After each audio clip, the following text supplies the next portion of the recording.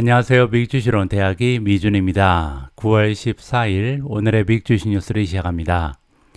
오늘도 변함없이 미국 주식 투자의 정석을 지키고 있는 미준에 오신 것을 환영합니다. 어제는 구독자 한 분께서 이메일을 통해서 질문을 해주셨는데요. 9월 24일 일요일날 진행 예정에 있는 미준 오프라인 이벤트 관련해서 굉장히 중요한 질문을 해주셨습니다. 제가 공유해드린 예약 페이지가 여기 나와 있는데요.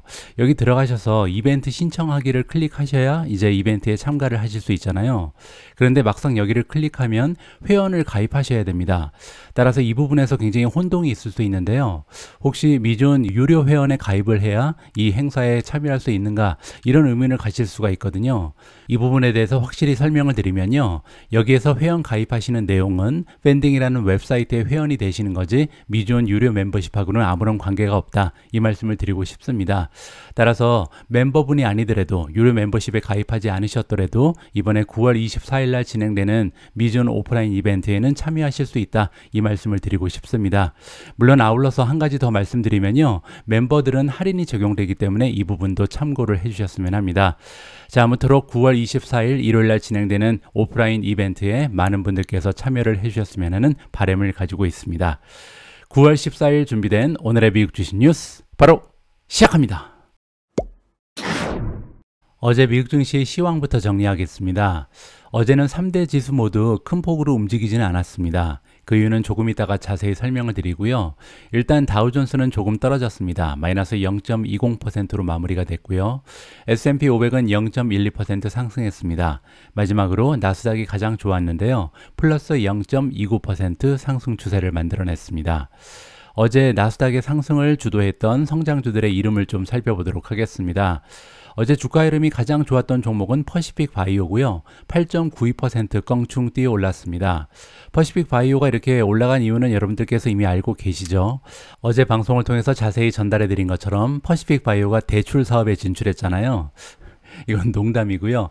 퍼시픽 바이오 캐피탈이라는 것을 런칭했는데요. 이건 이제 대출 사업은 아니고 리스를 해준다. 따라서 퍼시픽 바이오가 구축하고 있는 여러 가지 유전자 시퀀싱 시스템이 있는데요.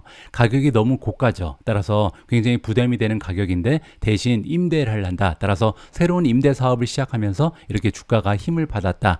앞으로 매출 성장에 많이 도움이 될 것이다. 이렇게 주주들이 판단을 하고 있는 것 같습니다. 다음 두 번째로 주가 흐름이 좋았던 종목은 SQM입니다. 2.72% 올라갔는데요. SQM 같은 경우도 호재 하나가 있었습니다. 시티라는 투자 기관에서 이제 처음으로 커버를 시작했다. 따라서 그 전까지는 다루지 않았던 종목인데 이제 커버를 시작한다. 평가를 시작했다. 이렇게 보시면 되고요. 처음으로 부여한 등급이 바이, 매수 의견을 받았습니다. 그 옆에 한마디 더 붙였는데요. 하이 리스크. 따라서 리스크도 크지만 매수 의견을 준다. 이렇게 이해하시면 되고요. 목표 주가가 굉장히 높습니다. 85달러가 부여되고 있거든요. 그 얘기는 지금 현재 주가가 59달러에 불과하기 때문에 40% 이상 1년 내에 급등할 수 있다. 이렇게 보는 것 같고요. 그 이유를 살펴보니까 밸류에이션이 너무 많이 떨어졌다. 지금 바닥을 찍었을 가능성이 굉장히 높다. 이렇게 설명을 해주고 있습니다. 그래서 잠깐 SQM의 밸류에이션을 보여드리면요. 일단 P 레이쇼를 기준으로 했을 때 과거 12개월 동안 만들어낸 순이익에 비해서는 4.64배 올라가 있는 상황이고요. 포워드, 따라서 향후 1년 동안 만들어낼 것으로 기대되는 순이익에 비해서는 시가총액이 5.57배 올라가 있는 상황입니다. 따라서 과거 12개월보다 향후 12개월 동안 순이익이 좀 줄어들 것이다. 이렇게 예측을 하고 있는 거죠. 전문가들의 견해고요. 밑으로 내려가서 PS 레이쇼를 보시면 1.6배 그리고 1.79배에 불과하고요. 아래쪽에 있는 프라이스 투 북 레이쇼를 봐도 3.38 그리고 2.75배에 불과합니다. 따라서 여기를 살펴봤을 때 밸류에이션이 어느 정도 바닥을 찍었다. 이렇게 지금 신빙성이 부여가 되는 거죠. 자, 그런 의미에서 SQM의 주가 흐름이 좋았다. 이렇게 보시면 되고요. 세 번째로 주가 흐름이 좋았던 종목은 메가테크 기업 아마존입니다. 2.56% 껑충 뛰어 올랐는데요. 아마존 같은 경우도 어제 제가 방송을 통해서 여러분들께 전달드린 것처럼 새로운 비즈니스 모델이 출시가 됐죠. 서플라이 체인 서비스라는 굉장히 좀 잠재력이 있는 서비스를 출시했습니다. 따라서 향후에 아마존 이커머스 쪽의 매출이 계속해서 성장하는 모습을 보이지 않을까, 이러한 투자자들의 기대감이 반영이 됐다. 이렇게 보시면 됩니다. 다음으로 주가 흐름이 좋았던 종목은 차지포인트 2.29% 올라갔고요. AMD가 플러스 2.28, 시리미티드 플러스 1.85, 테슬라 플러스 1.43, 엔비디아 플러스 1.37, 마이크로소프트 플러스 1.29, 퀄컴 플러스 1.27, SMCI, 슈퍼마이크로 컴퓨터가 1.23% 올라가면서 가장 좋은 주가의 흐름을 만들어냈습니다. 어제 이렇게 미국 증시가 혼조세를 보인 이유는요, 어제 발표된 CPI 지수 때문입니다. 컨슈머 프라이스 인덱스 8월 달에 대한 물가 지수가 발표가 되는데 조금 애매한 수치들이 보고가 됐거든요. 직접 한번 그 수치들을 점검해 보시면 좋을 것 같습니다. 컨슈머 프라이스 인덱스, 우리가 줄여서 CPI라고 부르는 거고요. 8월 달 수치가 발표가 됐는데 일단 전달에 비해서는 0.6% 급상승을 했고요. 작년 대비 3.7% 올라가 있는 수준을 기록했습니다. 이번에 월가의 이코노미스트들, 전문가들의 의견은요, 0.6%, 3.6% 정도 올라갈 것이다. 이러한 전망이 있었거든요. 따라서 전망치에 비해서도 조금 더 높은 수치가 발표됐다. 따라서 헤드라인 CPI는 그렇게 좋은 모습은 아니죠. 더욱이 지난달하고 비교하면요, 지난달에는 0.2% 그리고 3.2%에 불과했습니다. 따라서 작년 대비 수치가 오히려 지금 전달에 비해서 많이 상승한 거죠. 좋지 않은 추세를 볼 수가 있다. 이렇게 볼 수가 있고요. 반면 변동성이 극심한 식료품 그리고 에너지를 제외하고 다시 계산한 근원 CPI를 보시면요, 0.3% 그리고 작년 대비해서는 4.3% 증가했습니다. 이 수치는요, 월가의 전망치였던 0.2 그리고 4.3과 비교했을 때 지금 지난달에 비해서는 조금 더 상승했다, 이렇게 볼 수가 있는 거고요. 작년 대비한 수치는 똑같이 나왔습니다. 자, 하지만 다행인 부분은요, 지난달보다는 추세가 좋죠. 왜냐하면 지난달에는 0.2% 그리고 4.7% 증가했거든요. 따라서 7월 달에 발표했던 4.7%에서 4.3%로 다소 둔화되는 모습을 보였다. 따라서 코업 CPI, 근원 CPI는 헤드라인보다는 조금 더 나은 수치였다. 이렇게 정리가 가능합니다. 밑에 내려가서 그래프를 보시면 조금 더 확연하게 드러나는데요. 위쪽에 나와 있는 이 파란색 그래프, 요게 이제 헤드라인 CPI죠. 3.7%를 기록했는데 보시는 것처럼 지난달에 비해서 상승을 했습니다. 따라서 지속적으로 지금 물가지수가 쭉 하락하고 있었는데 갑자기 상승하면서 조금은 불안한 마음을 갖게 했다. 이렇게 볼 수가 있는 거고요. 그 밑에 나와 있는 점선이 이제 근원 CPI입니다. 근원 CPI 같은 경우는 정점을 찍은 다음에 9월 달에 6.6%였죠. 그리고 나서 지속적으로 하락하는 추세를 계속 지켜내고 있다. 이 부분은 긍정적으로 해석이 가능합니다. 한 가지 더 붙여서 말씀드리자면 헤드라인 CPI가 이렇게 높게 형성된 이유가요, 바로 에너지입니다.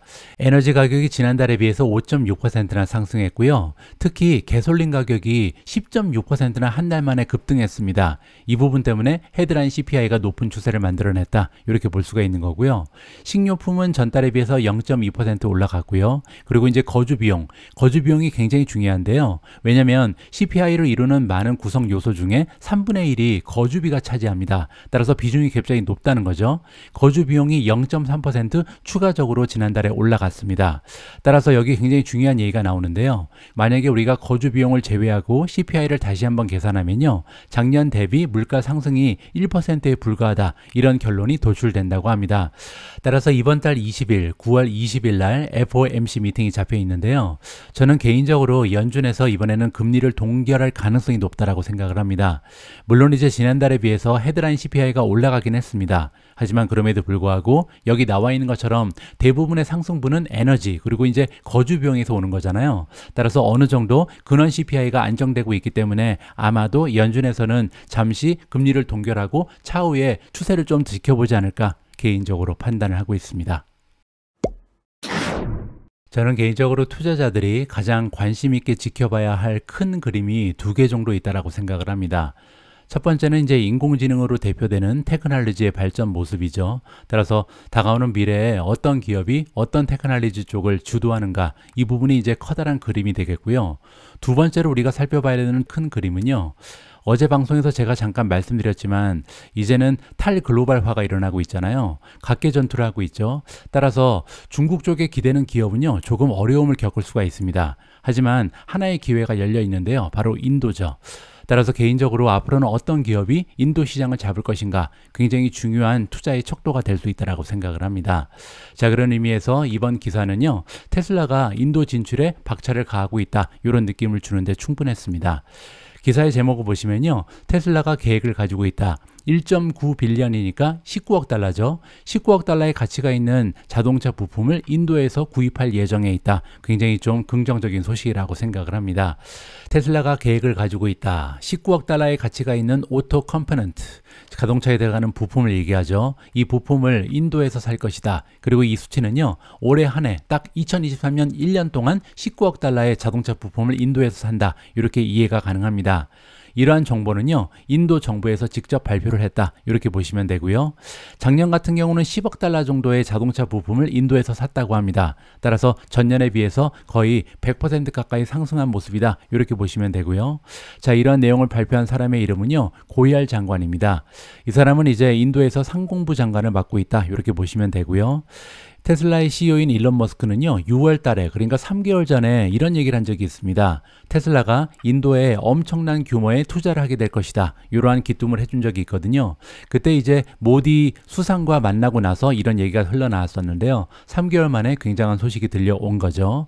이 부분에 대해서는 약간 우리가 이해할 부분이 있는데요. 테슬라랑 인도는 사실 조금 교착 상태에 있었습니다. 굉장히 오랫동안 1년 넘게 좀 아웅다웅하고 있었죠. 그러다가 이제 5월 달에 물꼬가 튀었는데요.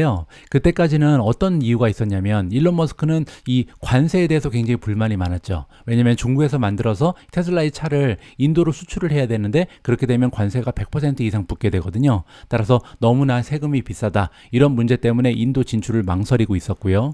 인도는 반면 테슬라가 중국에서 만든 자동차를 인도에 판매하는 걸 굉장히 좀 싫어했습니다.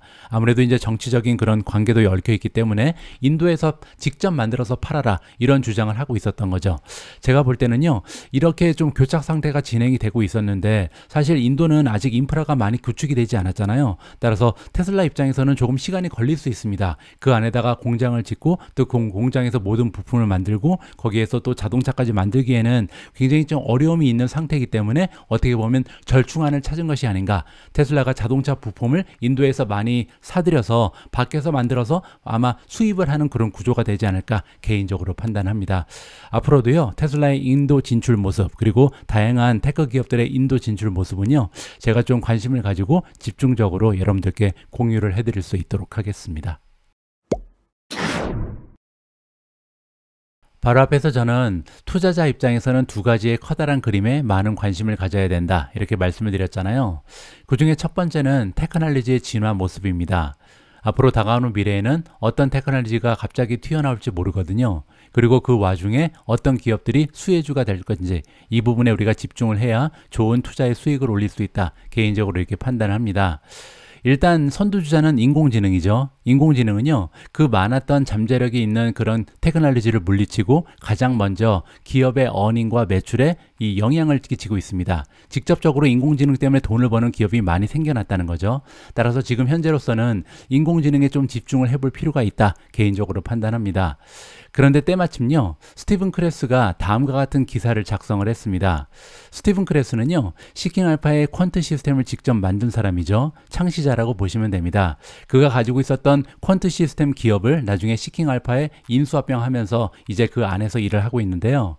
자, 이분이 4분기를 맞이해서 지금 매수해야 할 10개의 가장 유망한 인공지능 수혜주를 정리해주고 있습니다. 과연 스티븐 크레스가 보기에는 어떤 주식이 가장 유망한 인공지능 수혜주인지 직접 한번 그 이름을 들어보시죠.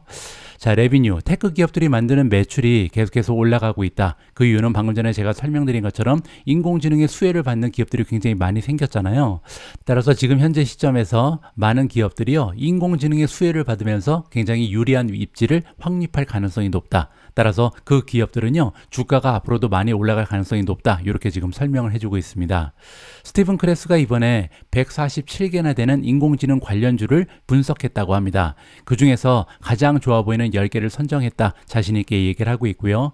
그 이름을 MVP라고 불렀습니다. Most Valuable Player. 지금 인공지능 관련 주식 중에서 가장 성공 확률이 높은 주식 10가지를 선정해서 우리한테 추천해 준다. 이렇게 보시면 될 것 같습니다.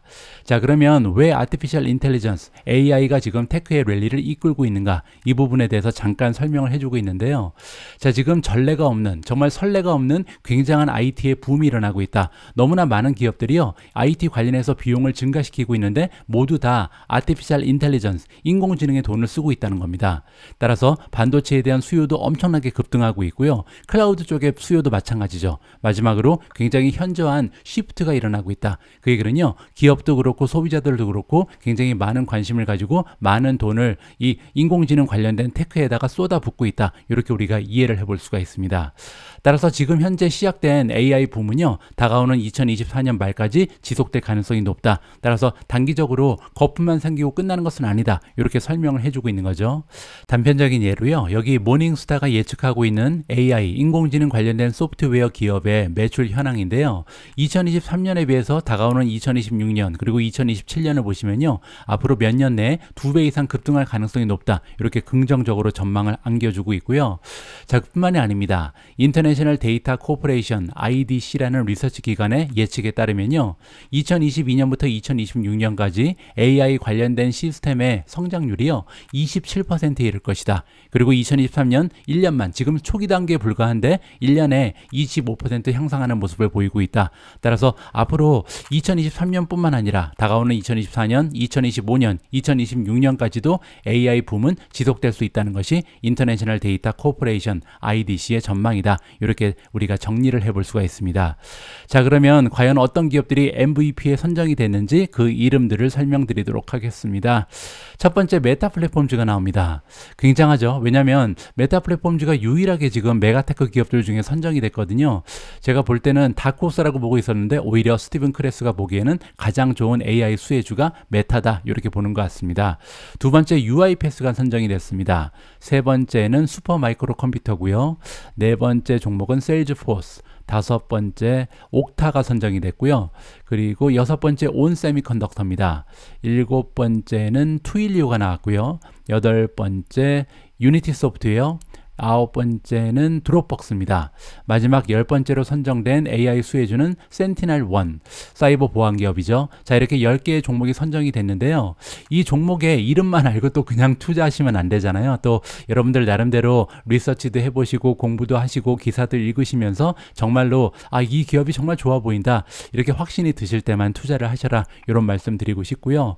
그리고 이제 이 기사를 여러분들께서 직접 읽어보시고 싶을 시기가 있잖아요. 과연 각 기업에 대해서 어떤 내용을 안겨주고 있는지, 이러한 기업들 10개의 기업이 선정된 이유가 무엇인지 여러분들께서 직접 파악을 하시면 좋을 것 같아서요, 제가 설명란에 이 기사의 링크를 걸어 놓도록 하겠습니다. 그 링크를 통해서 자세한 내용은 여러분들께서 직접 읽어보시라, 이렇게 추천을 드리고 싶고요. 한글로 번역 가능하잖아요. 오른쪽 클릭하시면 여기 뜹니다. 트랜슬레이트 코리안이라고 나와 있죠. 한국어 번역 버튼을 누르시면 바로 번역이 가능합니다. 따라서 구글 번역기 가지고 여러분들께서 직접 읽어보실 수 있다, 이렇게 설명을 드리고 싶고요. 자, 혹시 구글 번역기 사용이 조금 번거롭다, 어렵다, 이렇게 느끼시는 분들은요, 창에 가셔서 여기를 그냥 복사하시면 됩니다. 복사하시는 방법은 컨트롤 C도 있고요. 아니면 오른쪽 클릭하시면 여기 카피, 복사가 있죠. 복사하신 다음에 웹사이트로 가시면 됩니다.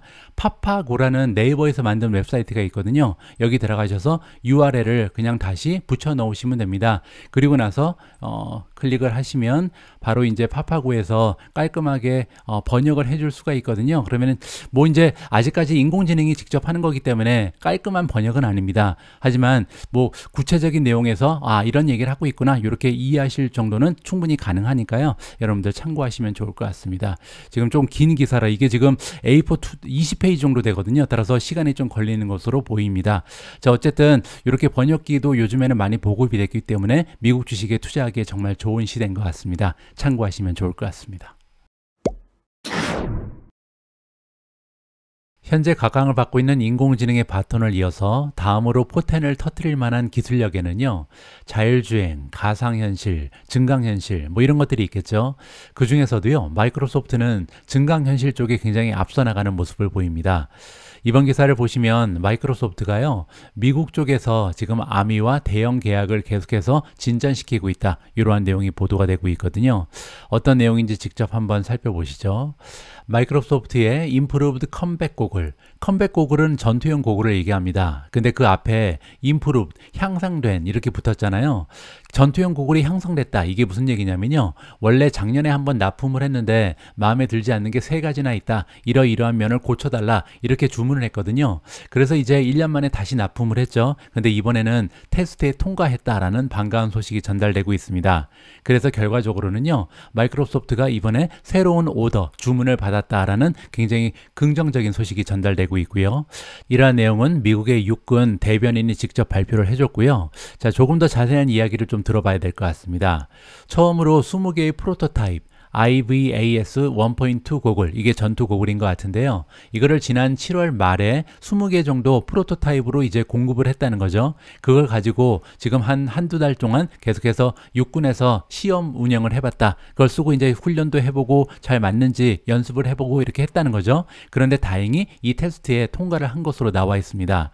왜냐면 아까 말씀드린 것처럼 작년에 공급했던 거에서 3가지 정도의 문제가 발견됐다고 했죠. 첫 번째 문제는요. reliability, 안정성의 문제가 있었고요. 그러니까 이게 뭐 화면이 고르지 않거나 아니면 흔들림이 있다 이렇게 보시면 되겠죠. 두 번째로 low light performance, 어두운 곳에서 작동이 잘 되지 않는다. 세 번째 문제는 핏이었습니다. 이게 정확하게 딱 얼굴에 맞아 떨어져야 되는데 그렇지 않아서 어지럼증이나 울렁증이 나온 경우가 있었다. 이렇게 3가지의 문제점이 지적이 됐었는데요. 이거를 다 향상시켰다고 보면 될 것 같습니다. 따라서 이번에 새롭게 납품한 디바이스, 장치 같은 경우는요. 향상된 모습을 증명했다. 아까 얘기했던 3가지 부분에서 모두 향상된 모습을 보여줬다. 그래서 이번 테스트 통과다. 이렇게 긍정적인 피드백이 나온 것 같고요.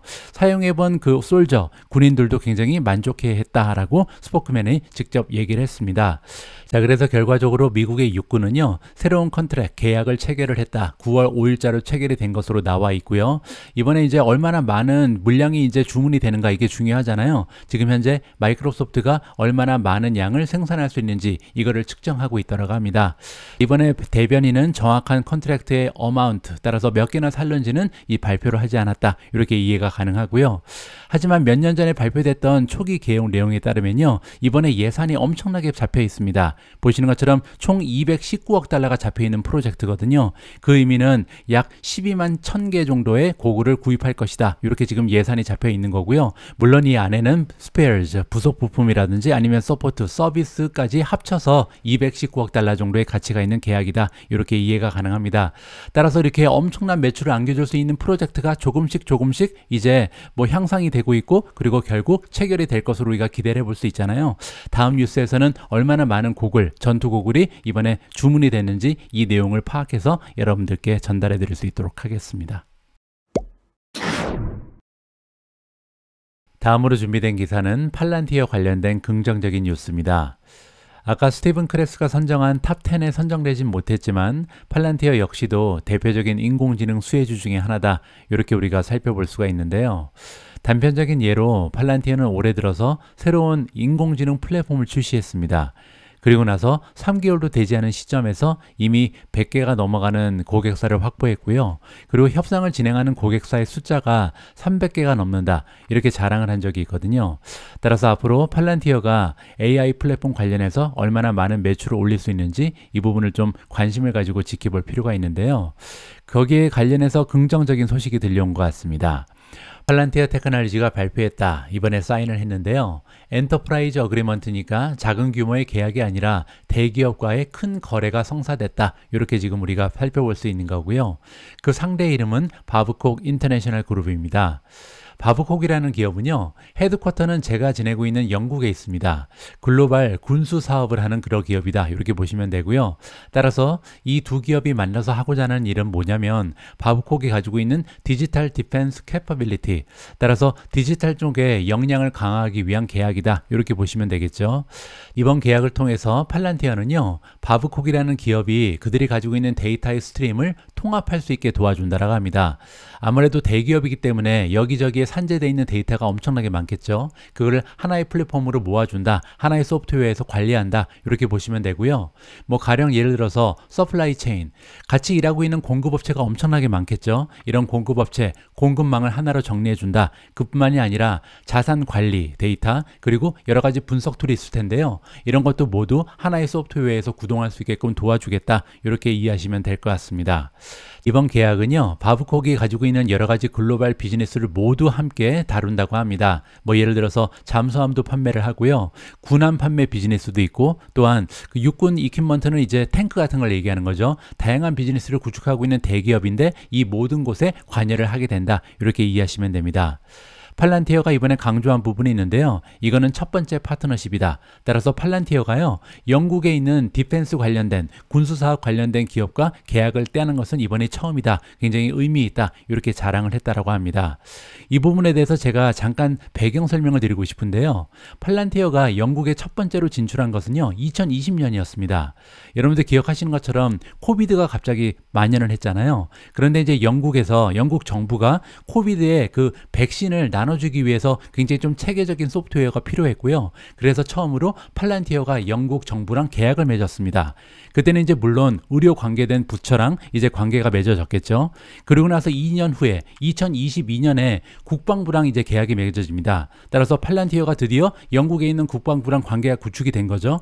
그리고 나서 1년 이후에 어제 발표되기를 이 영국의 국방부랑 굉장히 밀접한 관계가 있는 바브콕이라는 기업과 계약이 성사됐다. 어느 정도 줄거리가 보이는 거죠. 따라서 처음에는 백신 때문에 영국 정부랑 관계가 맺어졌는데 그 다음에 영국의 국방부, 그리고 나서 영국 국방부의 가장 긴밀한 관계를 가지고 있는 바브콕과 대형 계약이 맺어졌다. 따라서 이번 뉴스는요, 단순히 그냥 하나의 기업과 계약이 맺어진 것이 아니라 영국의 정부랑 얽혀져 있는 여러 가지 기업과 앞으로 다양한 파트너십이 결성될 가능성이 높다. 이런 의미에서 한 가지의 의미가 있는 거고요.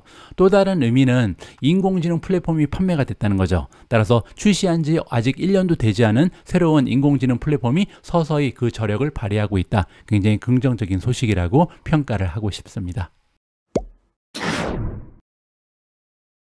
다음에도 인공지능 관련된 뉴스인데요. 이번에는 아마존입니다. 아마존이 이번에 제너레티브 AI, 생성형 AI 도구를 출시했다라고 나와 있고요. 아마존 관련해서 우리가 알고 있는 사항을 먼저 정리해 보면요. 아마존이 이런 내용까지는 발표를 했었습니다. 지금 현재 AI 애플리케이션을 시험하고 있다라고 나와 있었고요. 그때 가령 예를 들어서 이커머스 쪽에 AI가 들어갈 수 있는 부분이요. 우리 소비자들이 남겨놓은 리뷰가 있잖아요. 물건을 사고 나서 이 물건이 어떻다 이렇게 올려놓은 게 있는데 아마존을 이용하시는 분들 알고 계신 것처럼 이 리뷰의 숫자가 한두 개가 아니고요. 어떤 제품은 1000개, 10,000개 정도 됩니다. 따라서 이거를 정리하는 기능이 필요하죠. 따라서 인공지능이 앞으로는 어떠한 리뷰가 들어가 있는지, 어떠한 부분이 장점으로 설명되고 단점으로 나와 있는지 이거를 핵심 요약을 해준다. 이러한 기능이 있다라고 생각하시면 됩니다. 자, 그런데 어제 새로운 기능 하나가 추가됐다. 이렇게 이해하시면 좋을 것 같고요. 아마존이 수요일날 발표를 하기를 이번에 데뷔를 한다. 새로운 아티피셜 인텔리전스 도구를 발표한다. 이렇게 보시면 되고요. 이번에 새롭게 도입되는 인공지능 툴은요, 셀러를 위한 것이다. 따라서 아마존에서 물건을 판매하는 상인들을 위한 건데요. 카피를 만들 수 있게 도와준다라고 합니다. 카피 그러면 보통 이제 광고의 문구나 아니면 제품의 설명서를 얘기하는 건데요. 이번에 나오는 거는 프로덕트 페이지니까 상품을 판매하기 위해서 이제 페이지를 구성해야 되는데 이게 만만치 않게 힘들잖아요. 따라서 상인들을 대신해서 인공지능이 이 페이지를 작성해 준다. 이렇게 보시면 됩니다. 따라서 이번 툴을 이용을 해서 상인들은요, 내가 가지고 있는 그 제품을 설명하기 위해서 키워드가 있을 거 아니에요. 그러면 키워드를 몇 개 입력하거나 아니면 문장만 간단하게 입력을 하면 된다라고 합니다. 그러면요, 인공지능이 알아서 이 페이지를 꾸며준다는 거죠. 뭐 예를 들어서 프로덕트 타이틀도 정해주고, 그 다음에 블랙 포인트로 장점이라든지 특징을 정리를 해주고요. 그 다음에 디스크립션, 이 상품에 대한 묘사를 해준다. 이렇게 이해하시면 좋을 것 같습니다. 아마존이 발표하기를 이거는 팁 오브 디 아이스버그다. 이 얘기는요, 빙산의 일각이다라고 얘기합니다. 따라서 앞으로 점점 더 많은 AI 관련된 툴을 우리가 출시할 건데 이거는 그 시작에 불과하다라고 귀뜸을 해준 거죠. 따라서 앞으로도 인공지능 관련해서 아마존이 이런저런 발표를 할 가능성이 굉장히 높다. 그러면서 주가는 탄력을 받을 수 있다. 이렇게 기대를 해볼 수가 있을 것 같습니다. 오늘은요, 암이 나스닥에서 거래를 시작하는 날입니다. 그리고 이제 IPO 거래 가격이 확정이 됐는데요. 여기에 대해서 업데이트를 해드리도록 하겠습니다. 기사의 제목에 나와 있죠. IPO 가격이 확정이 됐는데 $51다. 이렇게 지금 기사에서 설명을 하고 있고요. 암홀딩즈가 Initial Public Offering, 줄여서 IPO라고 부르는 거죠. 수요일 날 IPO 가격을 확정했고요. 한 주당 51달러로 거래를 시작한다라고 합니다. 자, 그렇게 되면요, 원래 이제 제가 지난주에 전달해 드렸던 기사 내용에서는 47달러에서 51달러 사이가 될 것이다, 이러한 전망이 나왔었잖아요. 그런데 그 중에서 가장 높은 수치를 받게 되는 거죠. 따라서 생각보다는 잘 진행되고 있다, 이렇게 우리가 살펴볼 수가 있는 거고요. 자, 목요일 날 데뷔를 한다, 나스닥에 드디어 거래가 시작되는데요. 처음부터 시작될지 아니면 보통 중간에 점심시간부터 거래가 되는 경우도 있거든요. 이 부분은 참고하시면 좋을 것 같고요. 암의 심볼, 티커 네임은 ARM이다, 이렇게 정리가 가능합니다. 자, 암은 알고 계신 것처럼 제가 지내고 있는 캠브리지에 본사가 있습니다. 영국 태생의 칩 디자인 기업이다. 여기서 얘기하는 디자인이라는 것은 아키텍처를 얘기하죠. 따라서 반도체를 만들기 위해서, 설계하기 위해서 필수적인 아키텍처를 만들고 거기에서 이제 피를 받는 그런 수익 구조를 가지고 있는 기업입니다.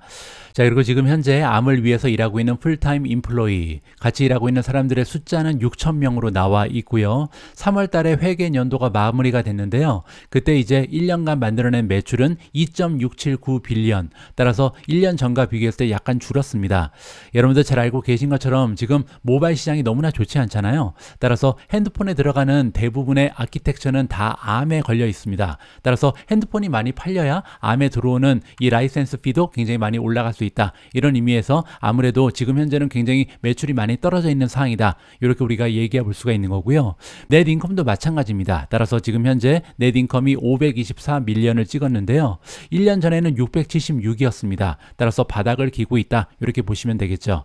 따라서 여기에서 우리가 밸류에이션을 조금 책정을 해볼 텐데, 여기에 나와 있는 이 매출 그리고 순이익은요, 약간 원래 실력보다는 적게 나왔다, 이렇게 보는 게 맞는 것 같습니다. 따라서 제가 보기에 다음 해에는 아마 3빌리언 정도, 30억 달러 정도의 매출을 만들 수 있지 않을까, 이렇게 기대하는 게 맞는 것 같고요. 두 번째로 순이익도 마찬가지죠. 한 676이니까 700까지는 가져가지 않을까. 물론 이제 지금 현재는 524 밀리언까지 순이익이 떨어져 있지만 다음 다가오는 해에는요, 모바일 시장이 조금 더 성장하는 모습을 보여줄 수 있다면 700 밀리언까지는 만들 수 있는 기업이다, 이렇게 계산이 가능합니다.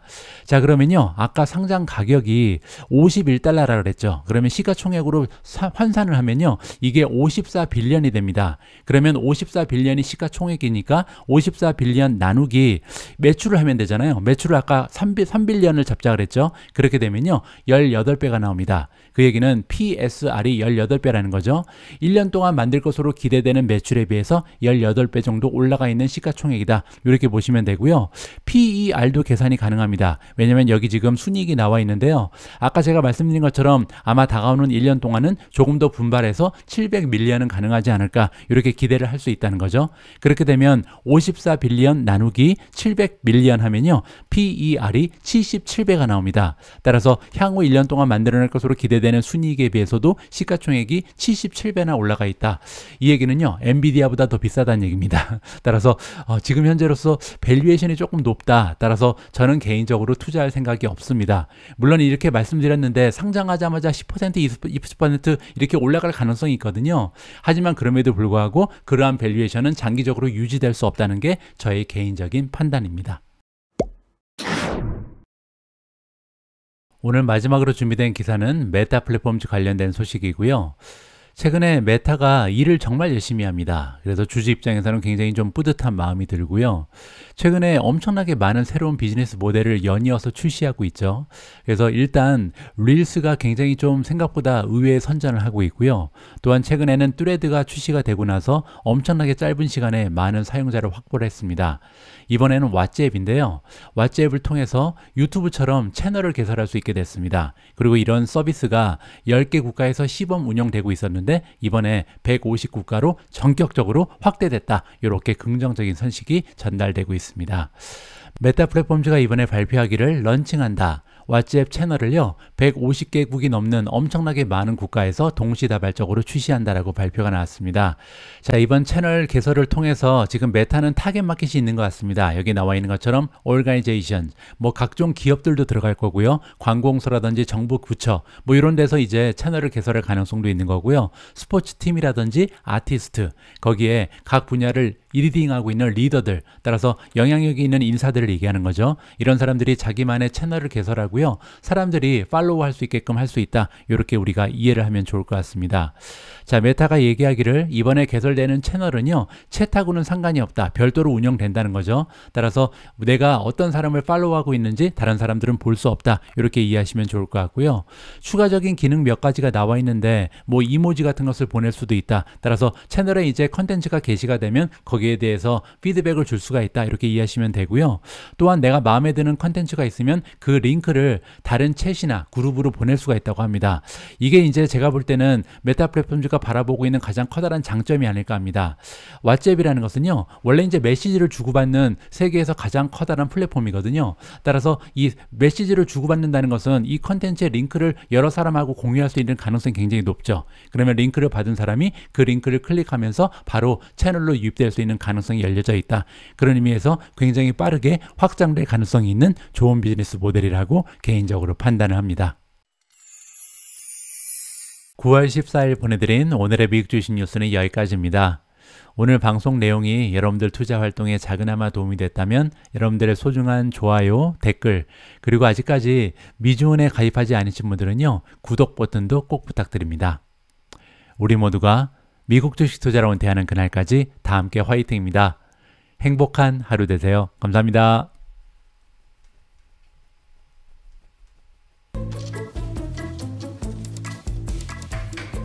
It's sunny, numbnuts.